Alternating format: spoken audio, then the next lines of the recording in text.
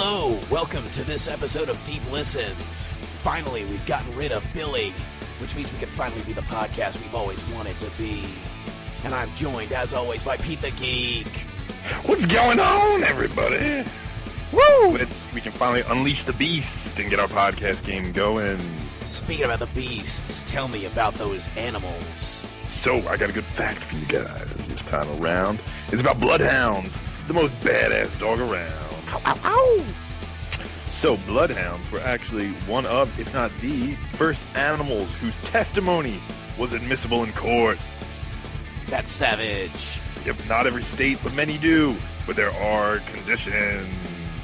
Are they always snitches? They are, which we hate on this podcast. So they need to be pure bloodhounds. They need to be trained. They need to be found to be reliable and put on the trail of the guilty party. But after that, they're good to go. How can you trust someone that can't swear on a Bible, brother? I don't know, brother. All right. Well, we are joined by our new third chair, who's totally down with this new direction. The Game Master M. Hello. Hey guys. What's going on? Not much. Happy to be here. For this bit to work, you really need to match the energy. I don't. So happy to be here, you guys. Nice. Yeah. Squiddle diddle now. I don't think I can keep that up for very long. This kind of hurts my throat. Yeah, a little bit, right? I don't want to keep doing it. Well, that was the 3 minutes. That was good. I'm glad we got our good demo of what this show will be if we lose our sanity slightly more or want more listens, but not better listens. We've got enough listens. So, let's do a proper... Welcome to the show. M. Palladino, hello. Hey. Welcome to the show. Happy to actually be here on this much tamer show than what we were just starting. Yeah, you want to tell them who I am? Yeah, graduate of the NYU School of Game Design, so an actual, factual, licensed game developer, which is a refreshing, unlike our amateur asses, you actually got a degree in it, which is nice. I got a degree. Haven't really used it for much yet, but just use. Yep, just take the compliment. I know. Compliment. At GameMaker M on Twitter. Yep. So why don't you tell the listeners about yourself a little bit? So as Gino said, I graduated from NYU in game design a year ago now. I have been doing gaming of all sorts for all my life, basically. I've been doing role-playing on forums and everything. And I've more recently gotten into, like, D&D, which, if you've been listening was it 2 weeks ago I was on? I think it was 2 episodes ago. Before the Thanksgiving, or 3 episodes ago. The D&D Magic the Gathering episode. So that would be November 14th episode. Yes. So I was brought in for my expertise on both D&D and Magic to review the Guildmaster's Guide to Ravnica. And who else am I? That's a good start. I'm running a lot of games now, hosting D&D, other RPG games. I've got a few things in the works that I might be guest starring on some podcasts, so I don't want to hype it up too much before anything happens, but we'll see. I'll let you guys know. Yeah, the trick is underselling and over-delivering, I find. Exactly. It's all about selling yourself. That's words to live by. You're going to fit in just fine on this show. So, welcome to the machine. You picked our game for today, but before we do that, we often take emails, and this time I got a very peculiar message. So I noticed that ZP was planting shrubs outside of my home recently, and I thought he was just doing landscaping, but as they grew, they formed a message, a very long one. Is it okay if I read them? Can we say no? Is that an option? Sure. I didn't know we could say that. I don't know. It feels like it was a lot of effort to get this to me. Yeah. He watered them. Hmm. Okay, it says, "Dear godless sodomites." That's not nice. Yeah. That's not a good start. That's not a good start. I provide Pete with one chance to show some humility on the podcast, and instead he goes full communist on me? Would it have killed him to admit he was wrong? I was Instead, wrong. he says that while he was assuredly wrong about the significant details of Colonel Sanders' story, he did not care because it still fits with his anti-capitalist agenda. Well, On top yeah. of that, I noticed in an earlier episode, one of you espoused the consistently debunked myth that Monsanto sued farmers over cross-pollination.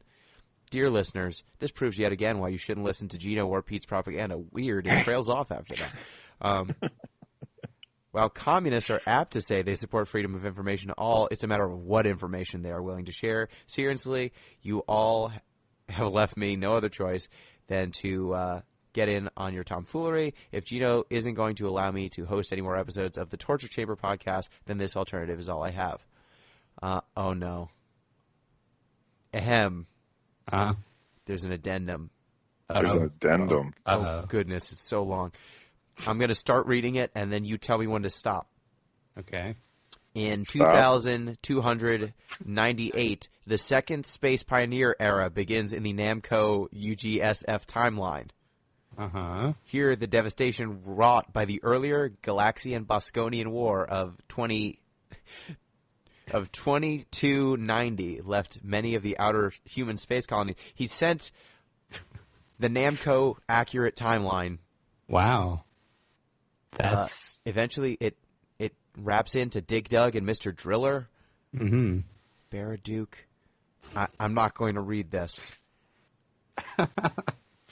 I appreciate the effort at that first bit. I read I a actually sentence that want was too to. much. I would like to read more of that. So Please send that to me personally so I can experience it myself. okay, he's mailed in earlier bits of this timeline before. I'm sparing you from about 6 paragraphs of the continuing history Wow. of Namco because all of their games take place in the same universe. And the last paragraph he wrote says, "I'm going to stop now. Be grateful, but be aware that there are 7 paragraphs worth of UGSF timeline worth reviewing." So there's still more than what he sent. And he sent in 2 separate emails, each of which made me uncomfortable to read with how much there was. So thank you for writing in. Reminder, you can do so at Deep Listens Pod on Twitter or at That Pinguino on Twitter. I'll read my menchies and look over here. deeplistenspodcast@gmail.com is the emails, and deeplistens.libsyn.com. We do have our comment sections. And some people get at us on YouTube. That's fine for now, unless we blow up. Then it probably will be less fine. But that would be a good problem to have. So, without further ado, let's discuss the game that we're here to discuss today. What is Deltarune? So Deltarune, if you guys haven't heard of it, is the, I don't know if it's a sequel or a follow-up to Toby Fox's Undertale, which, if you haven't heard of that one, you gotta get out more, probably, because it sort of was all anyone was talking about 2 years ago. Some would say it was the game of the year 2015. Yeah, exactly. People who are wrong might say 3 years ago. There you go. Yeah, so Deltarune is a spiritual successor, if not like set in the same alternate universe. It's some weirdness. A lot of the characters from Undertale show up again in different contexts. And it's interesting. I didn't know anything about it when I declared it as the game that I was going to start on with this podcast, and I still don't know exactly what to think about it. So let's talk about it. Sure. Why don't we get a baseline? What was your stance on Undertale? Because people know my stance on Undertale. I thought it was Game of the Year, and I thought it was very good. I like didactic storytelling when done properly, and I thought it was. Pete, what is your stance on Undertale? I hate it. I hate everything about it. I think it's awful. The only thing I do like about it is it did sort of explore the options available to video games as a unique medium of storytelling, which I've stumped for a lot on this podcast. I just hate the way it did it. But you did like Send Airplane. Yeah. I mean, if I had to pick one thing to like, it would probably be Send Airplane. Fair enough. Okay, and what was your stance? My stance was it was probably the same as yours. Game of the year. If Deltarune hadn't come out unexpectedly, I probably would have asked to talk about Undertale more, even though it's 3 years old. I thought it was a very, very worthwhile exploration of like what games were at the time and what they could be. So I was all down for it. Like, if I had to put one game as like my top game ever, it still probably would take first place. So I don't want to oversell it or anything, but there you go. Okay. So, Pete, for the record, our bylaws say I can't call an impromptu vote on the 2015 Game of the Year, right? No, that would be a violation of our extensive constitution. Damn it. Okay, fine. So, Deltarune. I think it's pretty interesting. This game, with spiritual successors, I got to say it's really economical to just reuse all of the character models and then just put them in different contexts. Toby Fox got to reuse the sprites and the fonts and even some of the character sound effects, but make it a fairly different world than the world of Undertale, while still maintaining a lot of the mechanics and central themes, I feel like. Though this is only chapter 1 of who knows how many, and to my knowledge, I don't think Toby Fox has announced how many chapters to expect or what sort of cadence they're going to be released in. But I thought that it was an interesting place to start. It feels definitely almost like a direct sequel in some ways. What did you guys think of the opening of the game? Oh, that was sick. Or the file? Should we describe the opening? Yeah, so I think the true opening is when you download the game and it's called Survey Program. Mm-hmm. And there's a Survey Program license that you have that's a notepad file that says you accept everything that will happen from now on. Mm-hmm. If that's not a good way to start your game, I don't know what is. It's a hell of a terms EULA. of service. Yeah, exactly. That's just, as soon as that and the actual opening happened, I was like, this game's going to be interesting. This game's going to be fucking weird like the last one, isn't it? Yep, exactly. I was so down, though. I was like, all right, I have no idea what to expect from this, but this might as well happen. Sure. So you get to make it puts you into like a character creator for a hot second. Mm-hmm. Did y'all spend time making your character and assigning skill points and all that? I did. Yep. And then the game's just like, no, that's not the kind of game this is. Fuck you. Your choices don't matter. And then it dumps you into the world in control of a character who looks like a slightly more adult or like a slightly more grown up. Post-puberty, I'd say, or mid-puberty version of the protagonist from Undertale. I did like the last line before it bumps you out is, I think no one can change who they are in this world. I might be paraphrasing slightly, but that was a good finish to lead into the game itself, which is interesting considering, like, all right, I think character creators have proliferated almost to the point of ridiculousness in the past, I don't know, 5 years, let's say. Yeah. Yeah, I would agree with that.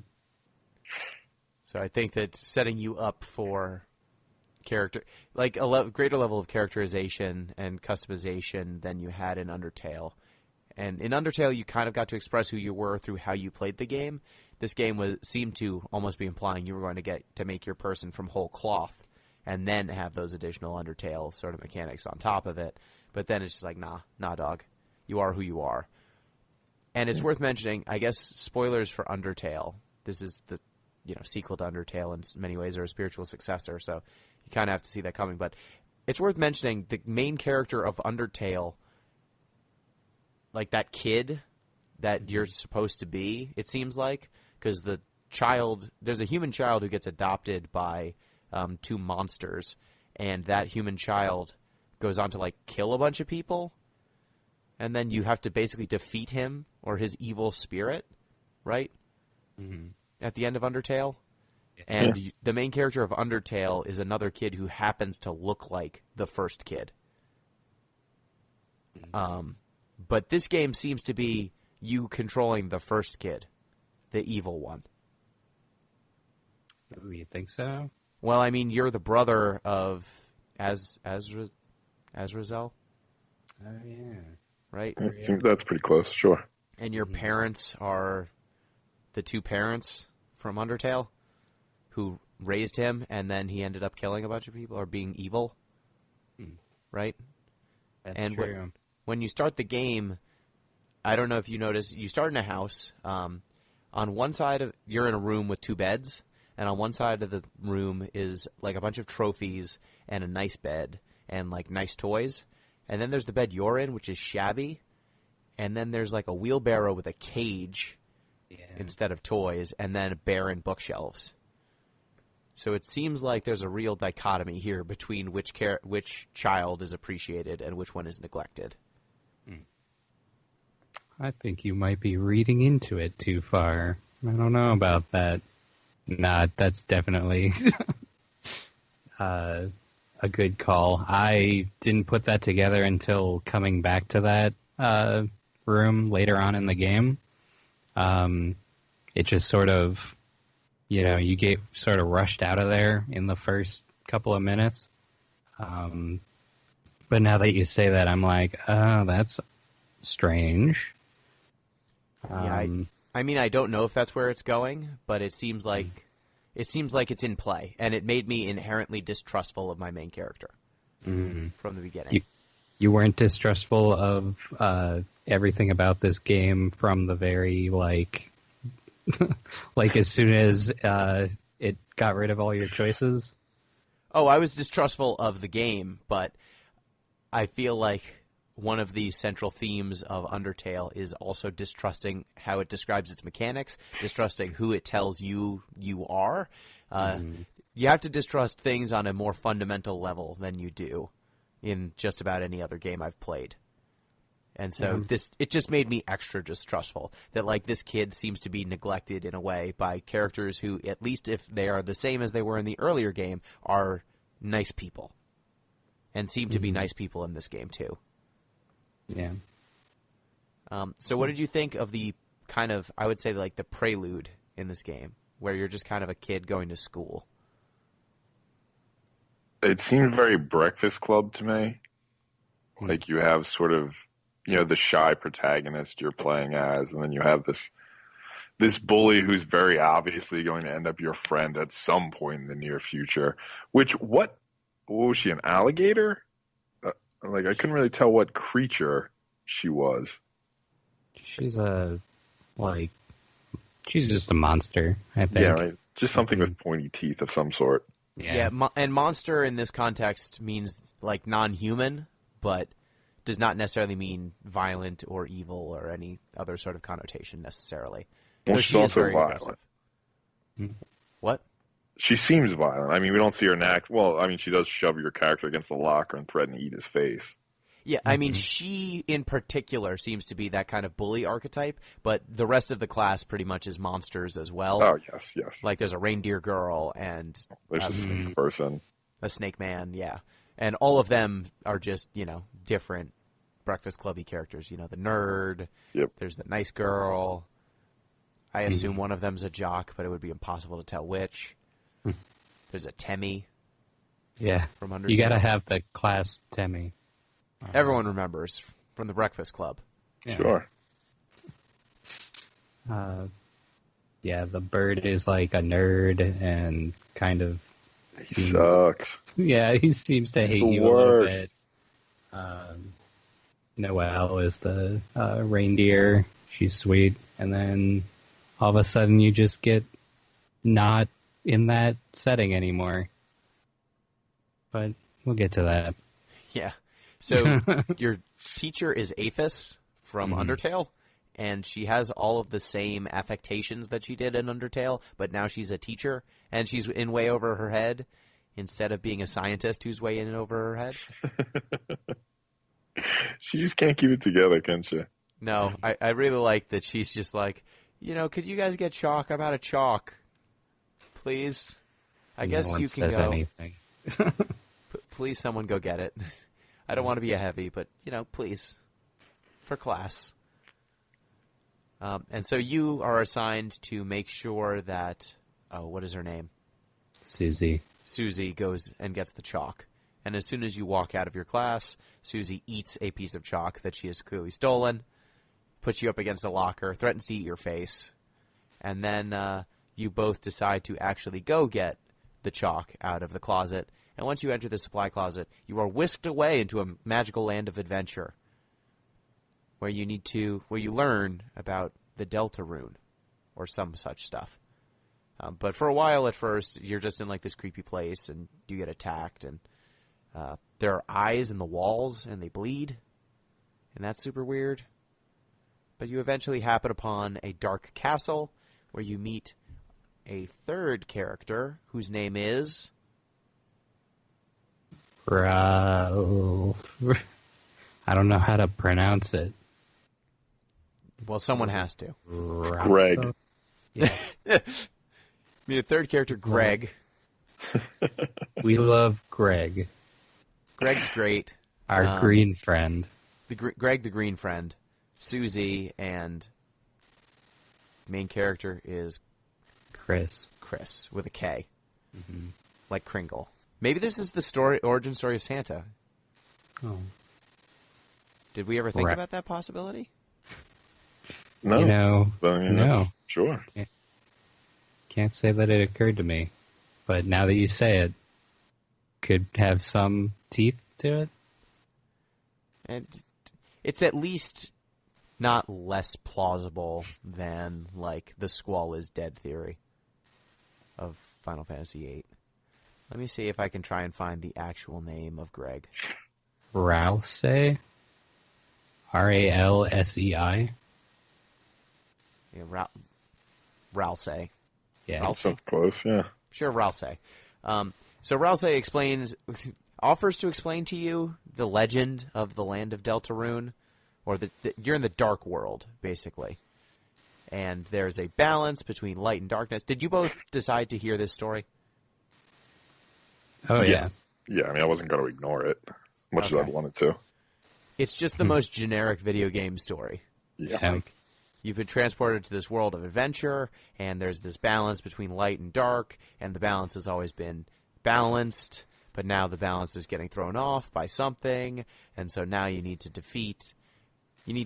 deal with this imbalance by becoming one of the 3 warriors of destiny, warriors of light. Yep. Final Fantasy protagonists, and you need to go and right the world's wrongs so that you can return to your original world and continue your life and also save the world. What did you think of this initial explanation? I was still really distrustful of everything it was telling me. So having this, like, generic, sort of basically every RPG ever has had this storyline. It felt very, like, tongue-in-cheek, I suppose. And I just didn't... I felt like there was more to it than what they were telling me. And that pretty much continues into, like, there's a town that you enter pretty quickly that is like, here's an item shop and here's a weapon shop, and that whole thing was like, I don't know about any of this. Seems very, it's a facade. The whole thing felt very like set dressing. And aren't most of the shops like locked? Like you can't even go they in. are. Mm-hmm. I don't know if that'll come back up later as something. Like you get to go back there and, the shops are open, but it was weird. It was all locked up. Very strange. Like you want to have your town that's like your hideout, basically, where you can go and get whatever you need, and it was just not giving that to you. Yeah, and you don't go back there. Yeah, it's all linear, just moving you away from that location. But the game really does not challenge that telling of what the story is at any point, at least during the runtime of Chapter 1.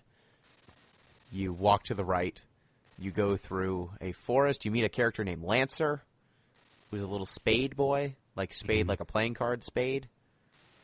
And he wants to defeat you, but he's, a lovable goof like all of the Undertale villains before him. And so he's very clearly not evil, but he wants to beat you. The combat even plays out kind of like Undertale.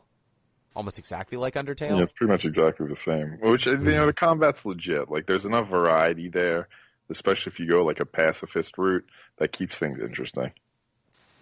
Yeah. Did anyone kill anything? Susie killed one thing. Yeah. Susie killed some stuff. Yeah. Okay, so for you, Susie killed some stuff. Yeah. Does EXP do anything in this game? Not so far.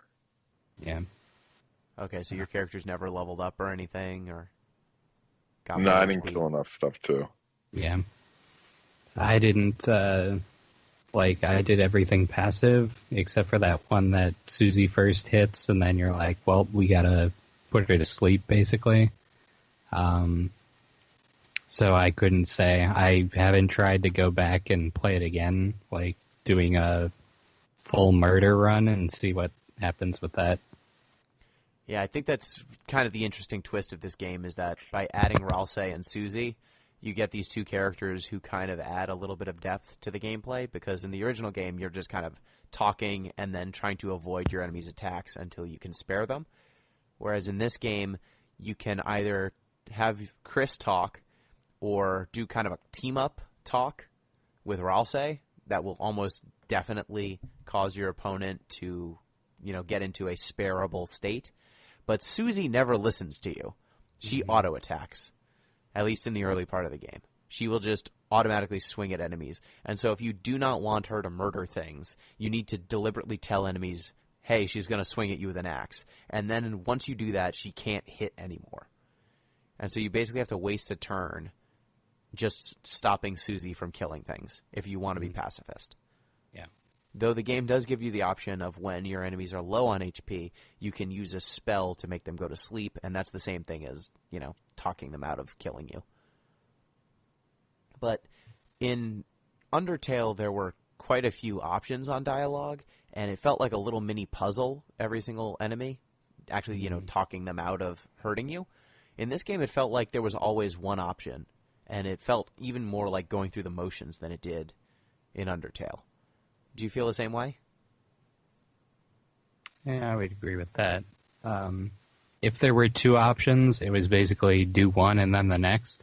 And that sort of didn't feel as though you were solving anything. It felt like you were just sort of,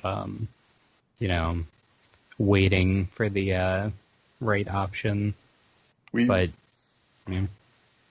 been here before, too. You know what I mean? Like, this move is no longer exciting, and I guess maybe that's unfair to be like, no, you've used this once, you can't use it again. But, like, this can't be the drawing point anymore, because we know the pacifism is the move.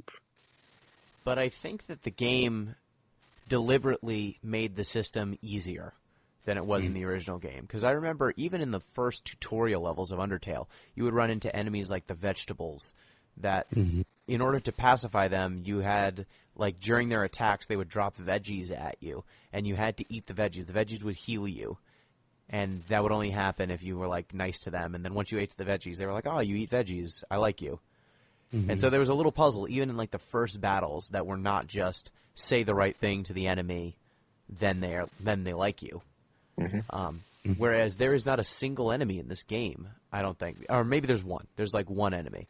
There's a box enemy you fight where you have to like rearrange their body so that they look, head, body, legs in the proper order. But everything else is just like use all the dialogue options and then it's done. Mm-hmm. Yeah, it's like I remember the one when you fought the fish lady in the first one. Undyne. You had to keep running away, and each time you would get a little bit further. And so there was no negotiation there. You just had to figure out I guess I need to flee. Mm-hmm. You're right. I'd like to think that maybe it's just because we'll probably get to the ending, but this seems to be more of a setup than a game in and of itself. Mm-hmm. Maybe that's on the way. Yeah, but I felt like they deliberately removed options from this previous game and added in this storyline that is ludicrously boilerplate. Yeah. And then threw you down these ludicrously narrow lines, and it felt like the first game, but in super, double time speed, but with half the depth. Yeah. And that leads me to think one of two things. One, this game is kind of a shameless grab. That's what we would think, right? If this was any other developer. Right. We would think that they had phoned it in. Mm-hmm. Even the music, I think this game is not as varied as even Undertale is in the early part of the game. Mm-hmm. Yeah, I think it's a little bit more I don't know if it rehashes anything, but it's very using the same cues, I think. Yeah, I don't know. If not the same cues, it's definitely playing around in the same sort of themes. I think there are some themes that are straight up versions of Undertale songs. Mm-hmm. And, if I just kept feeling in the back of my head, if I didn't have high hopes for this game and high standards for this developer, I would assume that this was, the Tony Hawk's Underground or Thug or, whichever one Bam Margera shows up in. I think he's in Thug 2, maybe. Yeah, it's like that, We've had success. We're starting to run out of ideas. We're just going to cash in on this thing that I know you already like. Mm-hmm. And we're going to just, gesture towards the stuff you liked enough that you'll feel okay about it. Right. Like Mass Effect Andromeda. Mm-hmm. Something like that. But I think then the other part of me was like, this is all a setup. This can't be it. Mm-hmm. No, I feel you. It was definitely going into it with that opening, especially your choices don't matter. Discards everything that you've worked for. It felt very much like there's going to be more to this, and we're not at that point yet. This is the rising action, and it's not even halfway there, I would say. Yeah. It definitely feels like the opening chapter of something. And it is, in fact. But it doesn't feel like a standalone product at all. I mean, if it did, it would be a bad standalone product. Oh, yeah, 100%. But if they're going to set it up this way, it's going to have to take a hard left. Because, right now, all these characters are just obvious sort of archetypes, right? You have the bully that's going to end up your friend. You have the kid who's going to, how obvious was it that there was going to be a conflict between him and his father, at some point? We had the villain becomes your friend multiple times in Undertale already. What are they going to do here? Yeah, and I think that's worth, going through the motions. So Susie starts out your enemy, then she becomes your friend, but she's uncontrollable. Then she leaves to be friends with Lancer, who's the villain, and they go through a little while where they're villains together, but they're both shitty at being villains.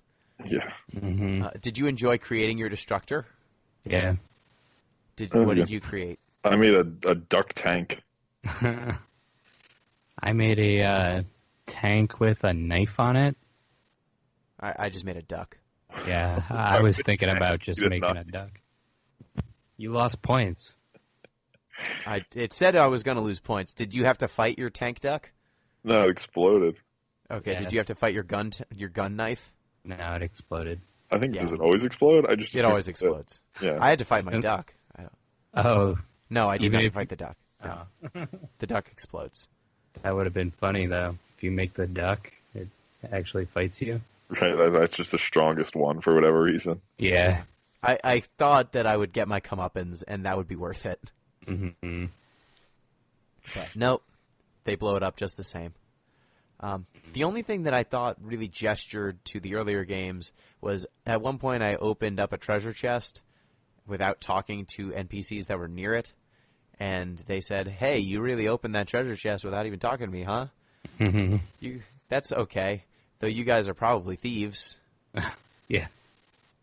That Probably felt a shouldn't little do that. bit like the earlier game, Mm-hmm. but that never happened again. I don't know if I was just more careful after that, or if there were not more options for that to happen. Though I felt like this game also, opening treasure chests or plucking things from trees, anything that interacts with the world felt like I could be judged by someone. Mm-hmm. Right, yeah. But it didn't seem to be judging me. I can't tell. I don't know. It didn't look like it was to me. Like, I tried to pay attention to that as I was going through, just because actually the return of the pacifist options led me to think that.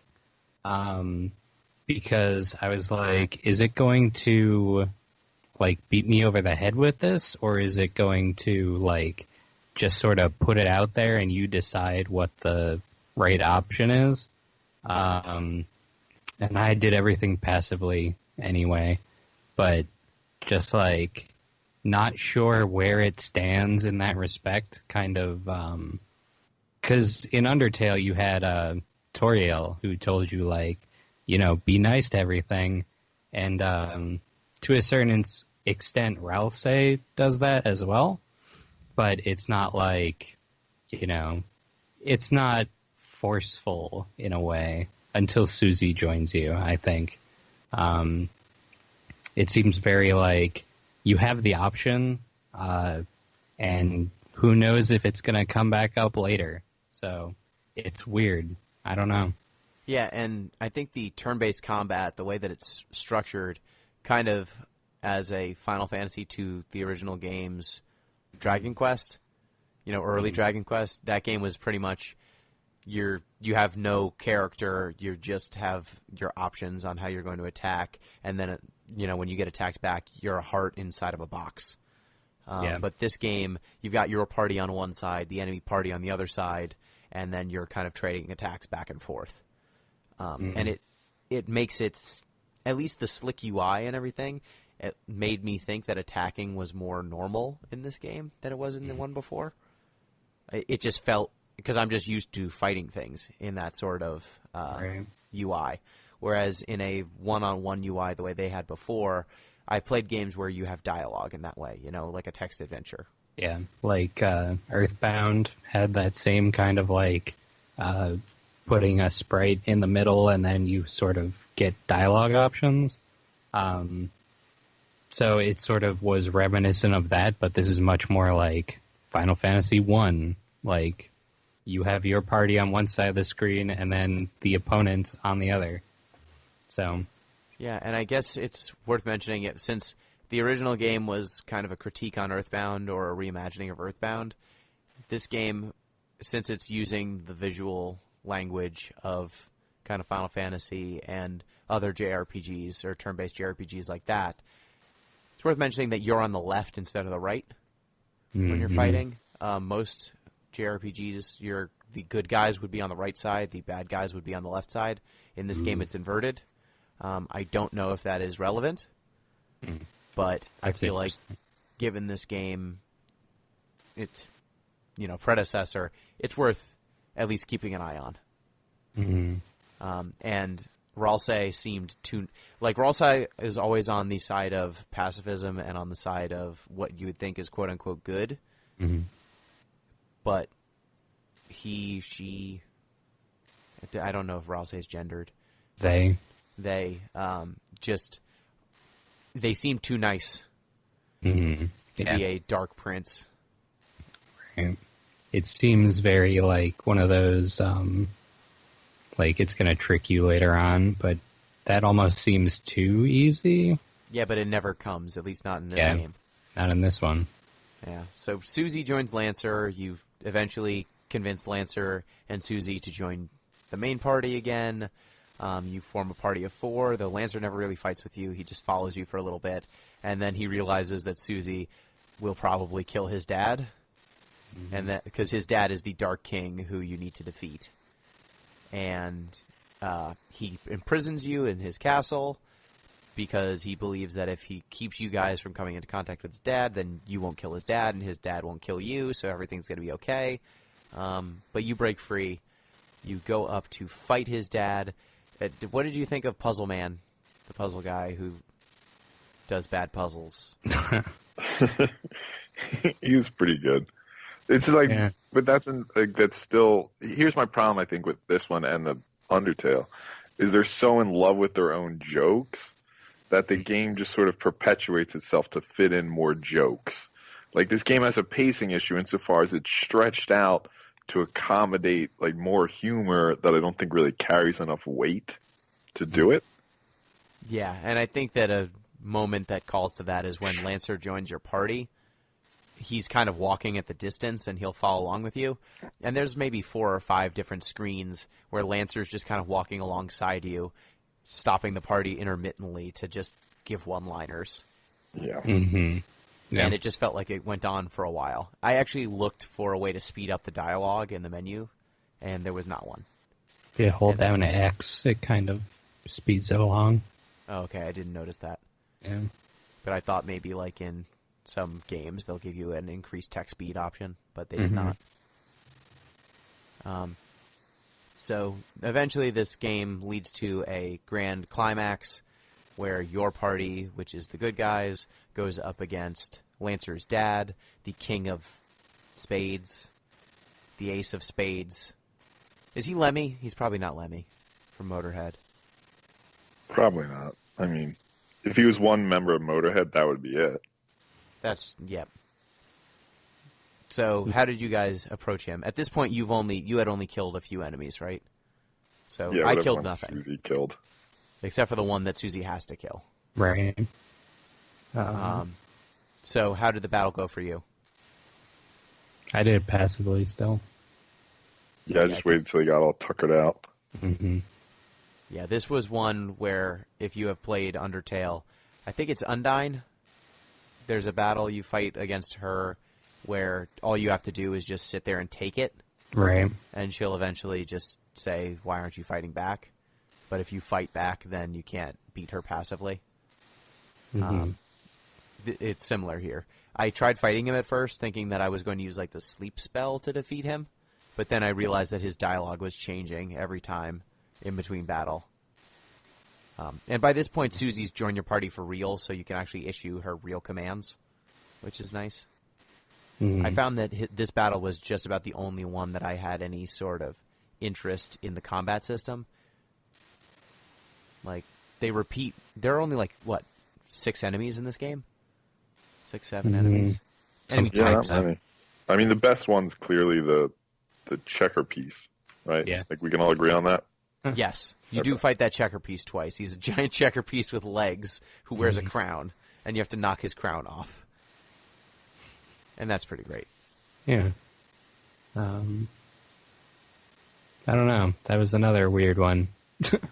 You had to bow to him, and then he'll bow to you, and his crown falls off. Yeah, and then the second time, Susie just grabs Ralsei and throws him like a football to knock the crown off. That was fun. I like that. There's like a little, like, they do it in other games where you have like that bar that fills up to throw further. So I thought that was cool. Yeah, it was almost like a field goal mini game or something in a football game. Mm-hmm.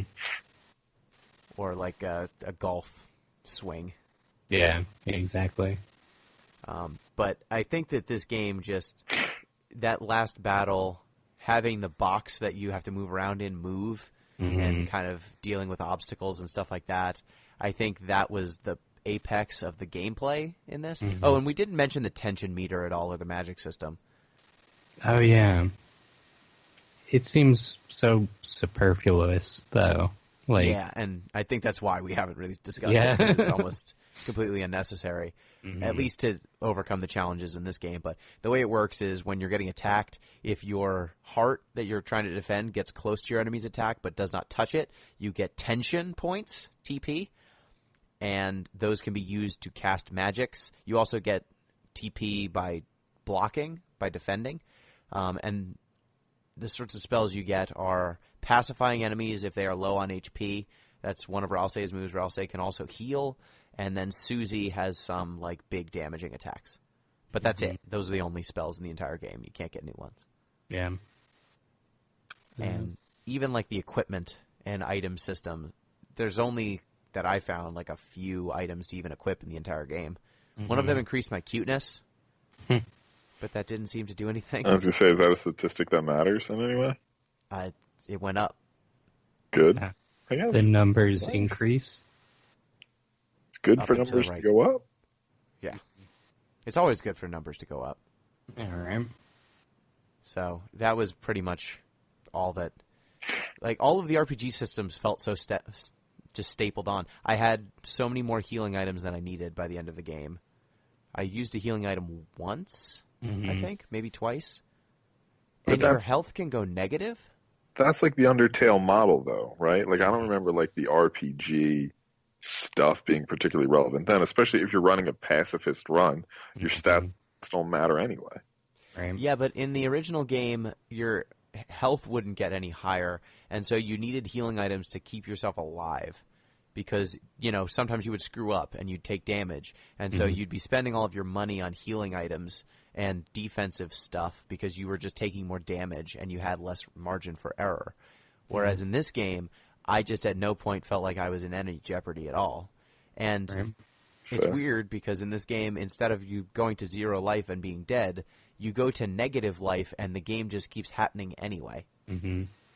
Did anyone try taking a ton of damage to see if you can even die? No, I mean, I'm too good at video games. I wanted to see what would happen, so eventually I if all your teammates go down, I think that's what kills you.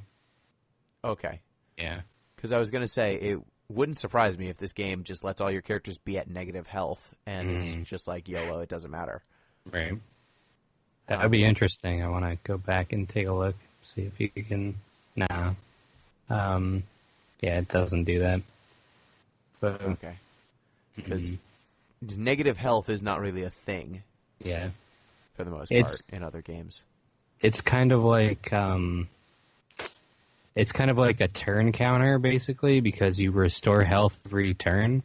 So if you go into negatives, then if you're at negative 50, like I think I got hit a bunch in the final fight, and so every turn you heal like 15, I think. So in 4 turns, you know you're gonna get back up.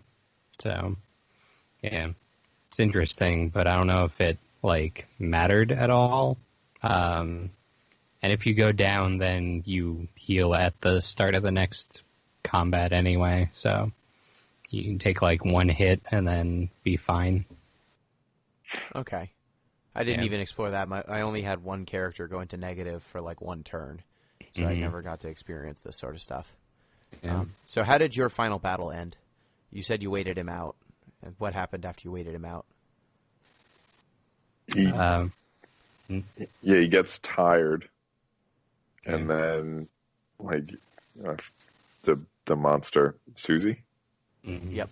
Susie like distracts him while the sleep spell gets put on. Oh, he got put to sleep? Yes, Oh, you eventually. guys? wait, is that what happened? I What think so. happened for Yeah. you? Does he wake back up? Oh, no, because that's not what happened for me. Oh, Yeah, wow. that didn't happen for me either.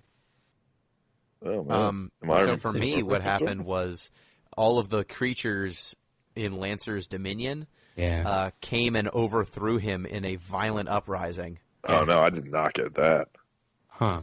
That seems And way Lancer. more exciting. Lancer became the king. He became the king and overthrew him Yeah. and put his dad in a cage. Nope. Mm-hmm. None of that. He said, "My dad's." Turns out he's kind of a jerk. I'm the dad. He says, "I'm the dad now." I like that way better. Yeah. And he rides in on a wave of people. Mm-hmm. And he declares that dungeons are only for dads now. Yes, I think was the words. Yeah.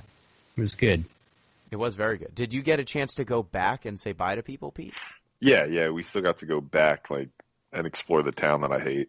Oh, no. I mean, like, after you defeat Lancer's dad, do you get to say bye to all the people in Dark World? I don't think so. Okay, because in my ending, I was able to go back and talk to all the people that you fought. Yeah, me And too. they were like, thanks for not killing us and for being cool about this. I guess since I killed some, they weren't as cool with me. Mm. So This game- you didn't get to see Ralsei's true form. Like, Ross has a true form? Yeah. Oh, man. Spoilers. Spoilers. Oh, well. Can't tell you. You gotta go back and do it right. I'm just going to Google it. How do you spell Ralsei? However your heart is. Gregg. This game does seem to have, like, some interesting things. I mean, I'm maybe grasping at straws for a little bit, but some interesting things to say about dads. Yeah. Yeah. Apparently, Ralsei's true form is a Gundam, based on my Google results. No. Does that sound accurate? Curse the internet.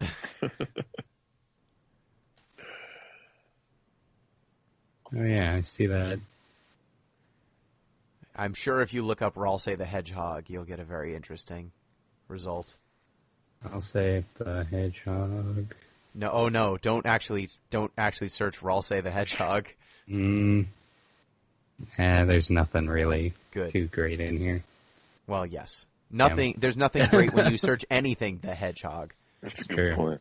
but there are always results. Mm-hmm. So yeah, Pete, Ralsei looks like your mom. Damn. In the game. Oh, okay. I thought you were insulting me at first. Got it. Okay. No. My- No. Got it. Oh, I thought it was just a sick burn. Yeah, I was like, damn, Gino, that got heavy quick.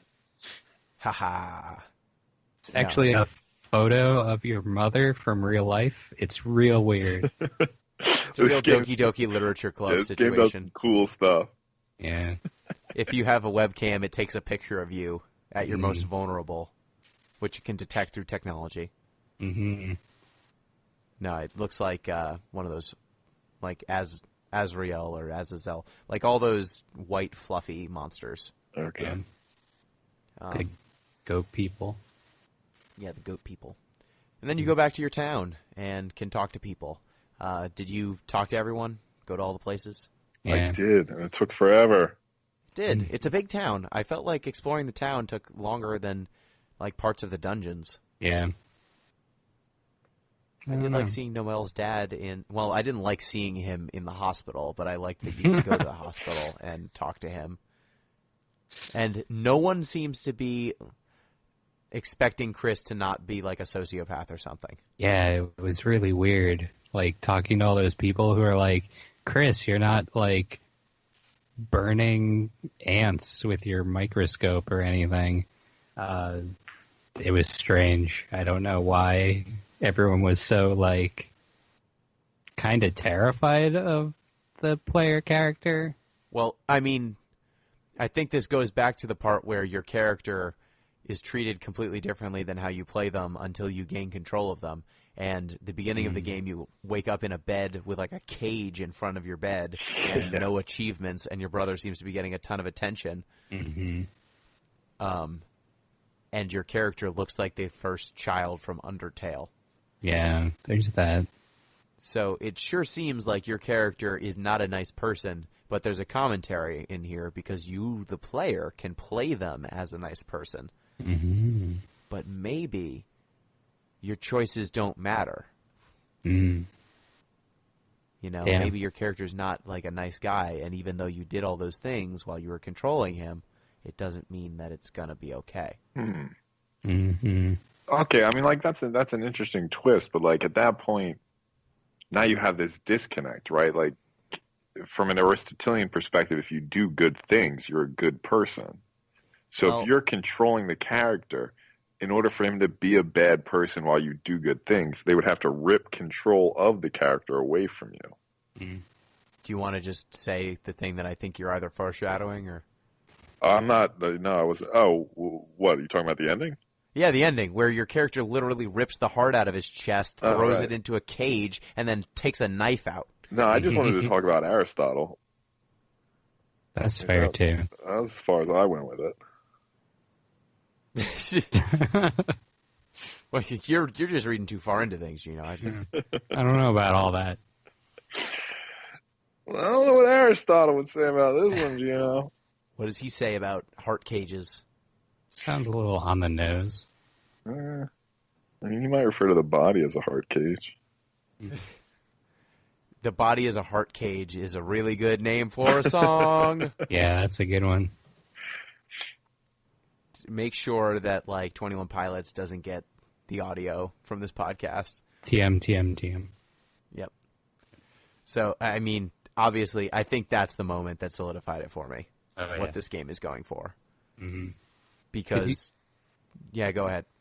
Because you go the whole game with just, like, an inkling of what's going on, and then it does that, and you're like, uh-oh. It was very, like, I don't know if it was out of the blue, but it wasn't something I expected to have happen. So, Yeah, I mean, I think that much like Undertale, because this game presents you with the option to be a sociopath or a monster, it has to be within the range of what this character would be.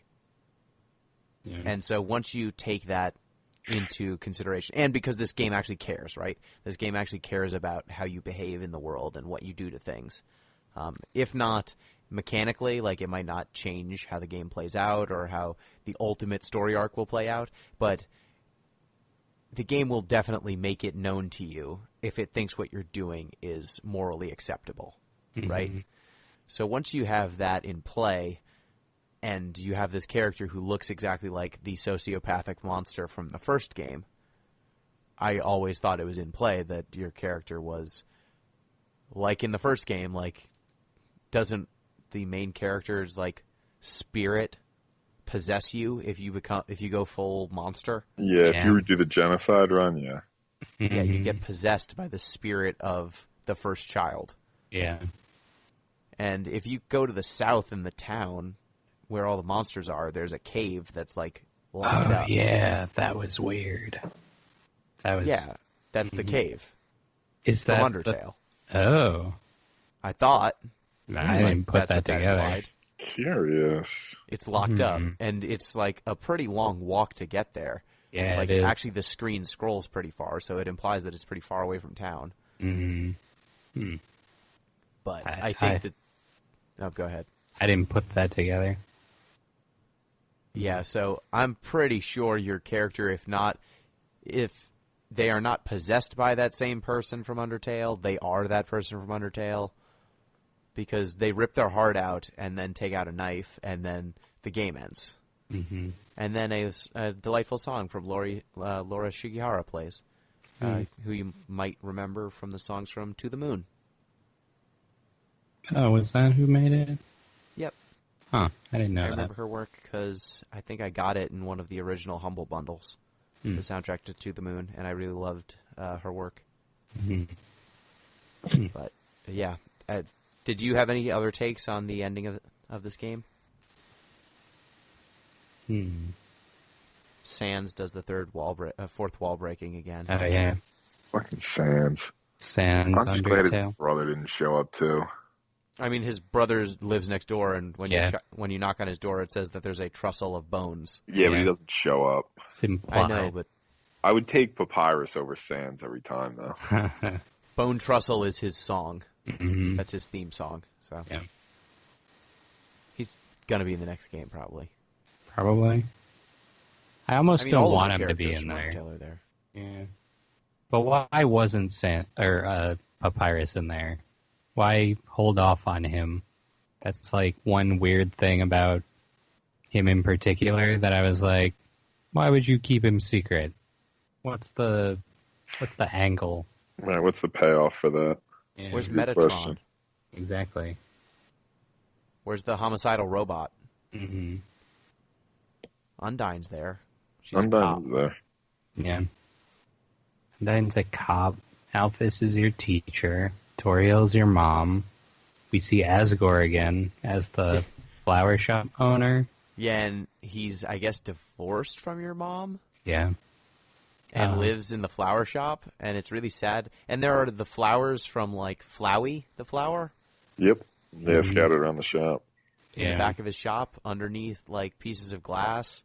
And one of them is the exact same color, and that's the one in the middle. And then there are 6 other ones, just like there are 7 humans, 7 human souls from Undertale. But he gives you flowers. I like that Aphis lives in a frickin', like, alley. She sleeps in an alley. Does she? I didn't mean- find that. Did you find Aphis where she lives? No. I don't think so. Oh, Asgore gives you flowers to give to Aphis. Did he give to Toriel? Or, oh. Yeah. Well, Aphis says that Asgore gives her flowers, and she puts them in her trash cans. Yes. Oh. But they like, those are her furniture.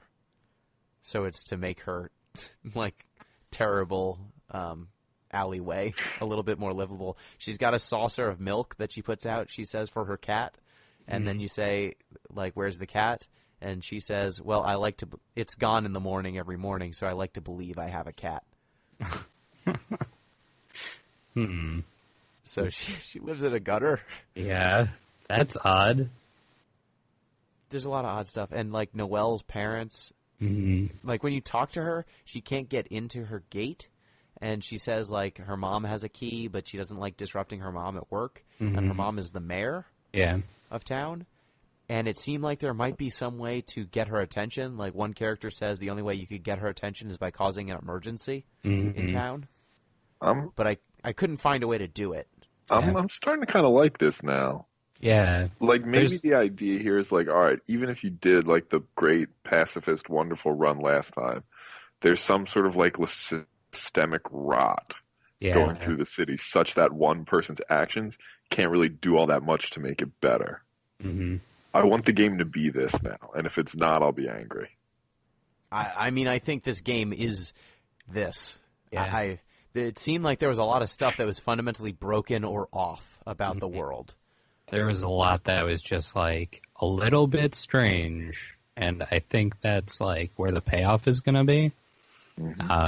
In whatever comes down the line. Just so long as, like, the solution isn't just, like, pacifist harder. Yeah, no. I don't think it's in the spirit of the game to do that. Like, Undertale, it was very much, like, about that, but I feel like this one is more nuanced. Like, I keep going back to the opening, just, like, having that choices don't matter or whatever. It's just, like, I don't know, something's weird in this monster town. This would be, like, I mean, not to stretch too far, but, like, this would be the political moment for it. The idea that, like, I mean, pacifism isn't... Right. I don't want to, like, malign pacifism or something, but, like, it's not an inherently active doctrine. So maybe, like, that's the shift here. They're saying, like, look, the pacifism of the last game was good, but you can't use it as an excuse to disengage.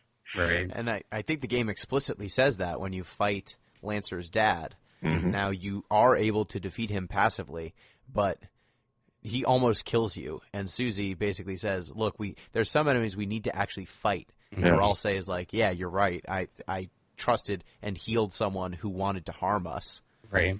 And that was probably wrong. I could have gotten us into deep trouble. So I think that the game at least opens the door for that sort of thing. Yeah, I'm coming around on our imagined version of this game. Yeah, but I think that all of these things being just off enough. Yeah. Yeah, I don't think it's beyond the realm of possibility by any means. Your character's actions and how they appear to the other characters, and So, like little things, like when you go to the library, a character says, "Oh, you really need to read what's upstairs," and then there's a character blocking the stairs. Yeah, and then you can't go up there. And you can't go up there. Or Undyne talking about, like, standing in the middle of the road with two cars, and they can't, like, behind one of the cars, there's a police line, and there was nowhere for that car to have come from. Yeah. Like, a lot of little things like that. Mm-hmm. It's just odd. Just a little bit odd. A character outside of the church who says you should really come to church, but then they won't let you in the church. It says something about, like, you gotta stop drinking the fruit juice. Yes. So Chris just shows up to church to drink the wine, Yep. which I really get liked. lit. Yep. Get trashed on the blood. Mm-hmm. And I guess there's also the moment where you actually come out of the world of darkness and you're just in a closet surrounded by, like, board games and playing cards, which is the exact setting of the game, of the world of darkness. So, like, was that even happening, or was it all a dream? Was it all just pretend? Yeah, is it Pajama Sam all over again? Is that how Pajama Sam ended? Well, Pajama Sam goes into his closet and then to fight darkness, and he goes to the land of darkness, and then he comes out, and I think some of the stuff in his closet, like, was some of the stuff you see in that game. It's a little bit like that. At least the first Pajama Sam. I never Before it played gets Pajama serious. Sam. You should play Pajama Sam. We've played it for the podcast already, though. Yeah? Oh. I'll The get third right on game is that. crazy. Yeah? First game's the best game. Second game is mediocre. It's the dark middle chapter. Mm-hmm. And then the fourth game is broken on Steam. Oh. So any final... Oh, go ahead. Broken on Steam how? In what way? It doesn't boot. Oh, it's actually broken. It's not It's like... actively broken. Also, it was not made by Humongous Entertainment, the company that made the other three games. It was, like, licensed out. So it is also an inferior product. Ah, fair enough. So any final thoughts on Deltarune? I mean, now I'm just pumped for it to turn out the way we did, the way we think it will. I mean, I think it's pretty obvious that this is just a start. Yeah. So hopefully they make a shift, they make a big turn. That's it, and it seems to be coming. Yeah. I agree with that. I want it to be like the genuine experience that I think Undertale had at the conclusion. And I feel like this is like, it's definitely has its place in like our cultural context. Having this more nuanced look at like what Undertale was and what that said in 2015 is a lot has changed. So, Yeah.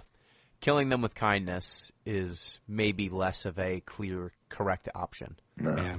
maybe we should just kill them. Sometimes you just gotta fight. Yeah. So, I think that will do it for our commentary on Deltarune. If you have any sort of feedback to write in, and I know that Toby Fox doesn't want people talking about this game. Put Too some bad. Sort of, Too bad. Like, yeah, put it for out us, there. like, we respect the opinion, but also this podcast is kind of our way of discussing these things and talking them out, and it's kind of an opt-in. Like, if you're listening to this podcast, it's because you want to hear us talk about Deltarune. Right. So, I respect Toby Fox's opinion, but we're not that big of a podcast. I don't think we're going to the spot too much. But He can we will send us he can send us a cease and desist. Yeah. It's because we respect his work. Well, I respect his work. Mm-hmm. Two of us respect his work. One of us has a wrong opinion. Oh no! I just looked up how old Toby Fox online, and Toby Fox is older than me, or Is younger he? than me. Ew. He's slightly younger than me. Gross. That's so upsetting. Successful people should only be older than I am. He is my age. Ugh. He's just slightly. Oh, that's upsetting. I mean, we're the same age, but birthday-wise, he's slightly younger than me, and that upsets me deeply. Yeah. All right. Well, with that, let's stop discussing this successful game from the successful developer who's a child. Sure. Which means that if you want to get in touch with the show, you can do so at DeepListensPod or at ThatPinguino on Twitter. You can follow M on at GameMakerM, the letter M, on Twitter. You can send in feedback, deeplistenspodcast at gmail.com. That'll be the most reliable way to reach us.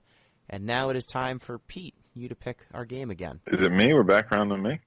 Yeah, because I picked Ocarina of Time for Billy. Very, very cool then. I will pick a game that counts both for this year and our year, just barely on this year, but it still does. I want to play Iconoclasts. Let me see what this is. It's I'll just read the Steam description. Join renegade mechanic Robin and uncover the secrets of a dying planet. Explore a big world filled with intricate puzzles, interesting characters, and menacing bosses in a beautiful platform adventure that tells a personal story about faith, purpose, and the challenge of helping people. Oh, cool. Oh, this looks neat. Yep. This is I cute. think it'd be a good pick. I think it was free on PlayStation Store or something. I feel like I saw it. It was 20% off the last time I looked. It's not anymore. But maybe it's free well. elsewhere. Yeah. That's fine. Well, we will be playing Iconoclasts next. So that should be good. So once again, thanks, Pete. Always a pleasure. Happy to have a new member join our discussion. Thanks, Em. Yeah, thanks for having me. I get to come back, right? I think so. I think you Absolutely. passed your interview. You're forced to. You don't get to. All right. No escape. Happy to be here. And thank you, listeners, for hanging out. Oh, yeah. Wah, wah, wah. Brr, brr, brr, brr. Till next time. Peace.